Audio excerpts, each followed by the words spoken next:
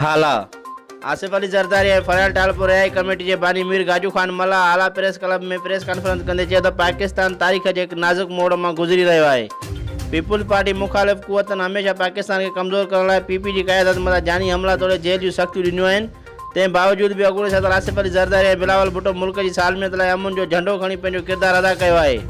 ताज़ो बंदिश पयल तंज़ीम पारां बिलावल भुट्टो खे जान खां मारण जी धमकियुनि जी सख़्त लफ़्ज़नि में मुज़म्मित कंदे हुकूमत जे इदारनि खां पुरज़ोर मुतालबो था करियूं त पीपुल्स पार्टी क़यादत खे मिलंदड़ धमकियुनि जो नोटिस वठी अहिड़नि अनासरनि ख़िलाफ़ भरपूर कार्रवाई अमल में आंदी वञे।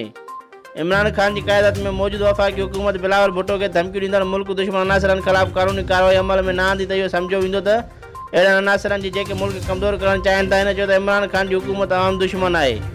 सिलेक्टेड इमरान ख़ान तोड़े संदन वफ़ाक़ी काबीना में वेठल वज़ीर नेब जे मुख़्तलिफ़ केसनि में घुर्बल आहिनि।